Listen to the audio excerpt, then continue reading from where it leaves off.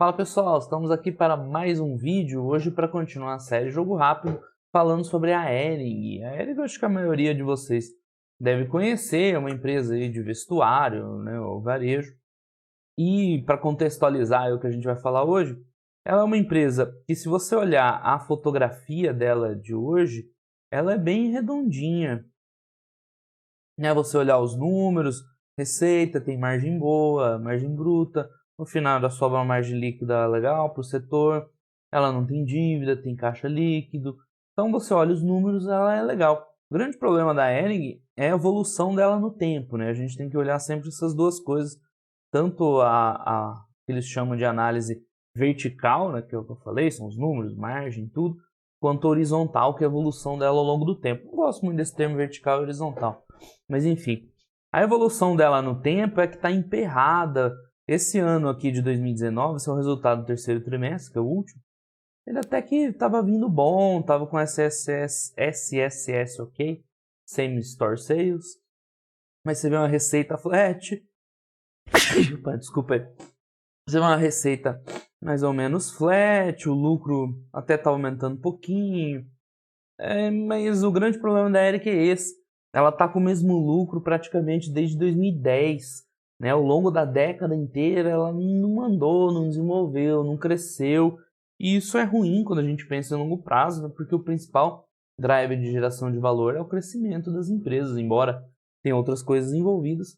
Mas a empresa que não cresce, ela fica devendo. Pois bem, essa semana a Hering divulgou uma prévia operacional. Achei até curioso porque ela divulgou uma prévia bem extensa, bem detalhada, teve até call de divulgação, não tive tempo de olhar.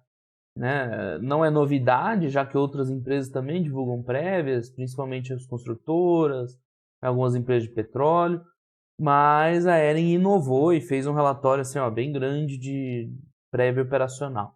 Qual que é a diferença da prévia para o resultado? Eu vi muita gente falando, saiu o resultado da Hering, saiu da Energias do Brasil. Na verdade foram prévias, né? A prévia ela mostra só, assim, os dados comerciais, vamos dizer assim, número de vendas e tal, às vezes chega até em receita, às vezes não. A Hering detalhou bastante, falou de receita, tudo mais, mas não passa disso, vai até receita. Então a prévia o pessoal mostra quanto vendeu, quanto não vendeu, crescimento, abertura de loja, é bem do negócio mesmo, né? Não fala em lucro, margem, essas coisas, isso vem na divulgação de resultado. Nessa prévia operacional, a Hering mostrou um resultado bem fraco, né, para o quarto trimestre, o que desanima bastante, já que o quarto trimestre é um trimestre forte para esse tipo de negócio, né, varejo, tem a Black Friday, tem o Natal, e eles começam lá contando história, né, sempre que começa contando história, geralmente o resultado não vem bom, falando da jornada da empresa e tal, mas os destaques é o que pega. Ela até teve uns pontos importantes, mas o que pegou foi isso aqui, ó.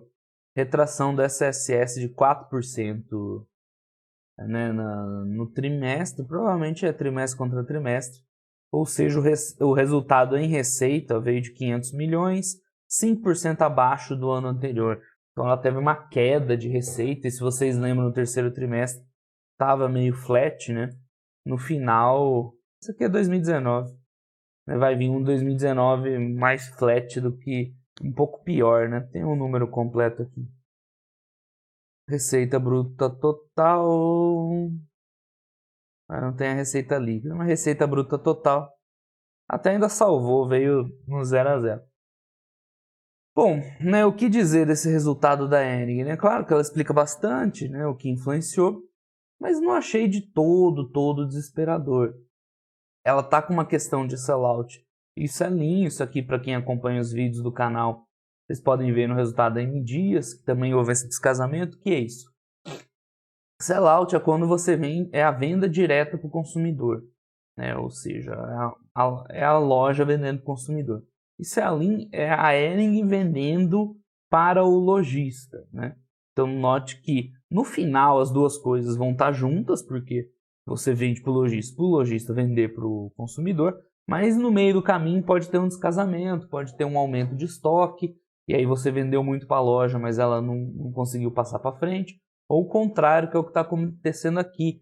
né, até que vendeu bem pro consumidor, mas a Hering mas as lojas não compraram muito da Hering, por isso que o resultado dela veio piorzinho. A Hering tem um modelo misto assim, de negócios, então ela tem lojas próprias, tem lojas de terceiros e tem franquias. Né? Por isso que tem essa questão de sell-in e sell-out né, presente nela. Se ela tivesse só lojas próprias, não teria essa influência. Né? Então, na franquia, né, o sell-in, que é o que eu comentei, a venda para o franqueado, caiu 5%. Eles até fecharam o número de lojas.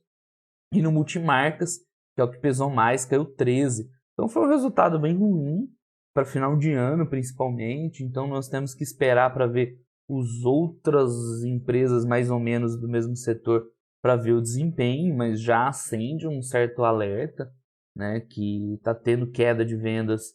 Provavelmente o final de ano não foi bom, né? Pode ser que seja algo pontual da Hering, mas né, o mais provável é que o final de ano não fosse tão bom. Mas ao longo aqui do comunicado, eles destacam alguns pontos interessantes, né? Crescimento de e-commerce. A gente está vendo aí tanto nas empresas brasileiras quanto nas stocks que o e-commerce é um driver que tem puxado muitos resultados. Então, isso no longo prazo pode ser bom para a empresa mesmo. Eles voltaram a abrir lojas no quarto trimestre, né, sendo que eles estavam fechando nos últimos trimestres, que também pode ser um negócio benéfico para o longo prazo. Ela deu uma refinada, né, ficou com as melhores lojas, vendeu as não tão eficientes e voltou a abrir, significando que ela está expandindo a base. Pode ser que no futuro venham resultados melhores. E sempre que você tem abertura, assim, né, dá uma bagunçada nos resultados. Terminaram o plano de reforma nas lojas deles, né, e tem novos formatos, esse One Stop Shop, evolução do Omnichannel. Então, assim, a base da empresa, ela está trabalhando na base. A questão é que o resultado veio ruim. Se fosse só isso, né, para mim até que, assim, ok, perdeu um pouquinho, vamos monitorar. O grande problema da Hering é que ela já vem de anos, né, nessa toada de não anda muito, né, resultado tímido, o lucro não cresce, só um pouquinho, cai no outro ano e não vai a lugar nenhum, né? Então, quando você pensa em ser sócio em longo prazo, né, não é bem o estilo de empresa que a gente gosta, embora, né, nada impeça que daqui para frente ela passe a desempenhar bem. Então é isso, né? Tem aqui a abertura dos dados, mercado interno. Sei que o mercado externo até veio bom, mas ela é praticamente só mercado interno, então não faz muita diferença. Você vê que houve umas quedas pontuais nessa linha PUC, que caiu muito. Então, assim, tem que dar uma olhada, ver o que aconteceu. Se você gosta de Hering, dá uma escuta o call que tem lá no site de relações de investidores, que eles vão explicar um pouquinho mais em detalhes, né? Quem sabe esclarecer. E a gente vê umas coisas legais, o crescimento da Web Store crescendo quase 50%, que a gente tinha visto. Mas essa queda no multimarcas de 13, né, impactou bastante. E o resultado não vai vir bom da Hering nesse trimestre. Não adianta. O que mais tem aí? Número de lojas que a gente viu. No ano, né, ela até caiu 1%. Mas no trimestre eles voltaram a abrir lojas. Né? Que é interessante. Que mais? Área de venda, faturamento. O Same Store Sales com o Web Store, isso aqui é interessante. O que são essas métricas? Same Store Sales, né, vocês conhecem, é a venda nas mesmas lojas, você usa para normalizar a sua base de lojas, né, quando você está abrindo e fechando. Mas adicionando o Web Store, que é essa nova vertente aí de vender pela internet, ela estaria até, né, crescendo um pouquinho, né, 2,3. Não é vistoso assim, mas, né, não seria tão ruim. Então é isso, né? Não sei se não tem mais nada de interessante. A Hering é uma empresa que você olha e você acha boa, né? Mostrei aí um quadrinho de resultados com bons dados dela. Cadê? Os dados consolidados.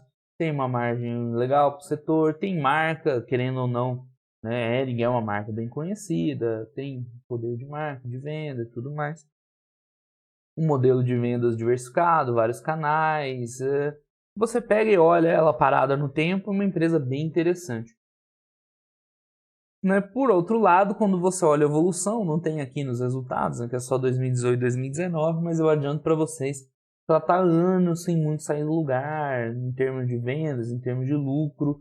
Então, para acionista de longo prazo, não é o que a gente deseja, né?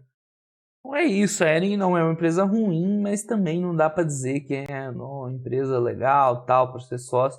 Ela precisa mostrar um pouco mais de vigor. Ela vinha no ano até que decente, mas 2018 ela ameaçou vir bem, mas também deu uma fraquejada.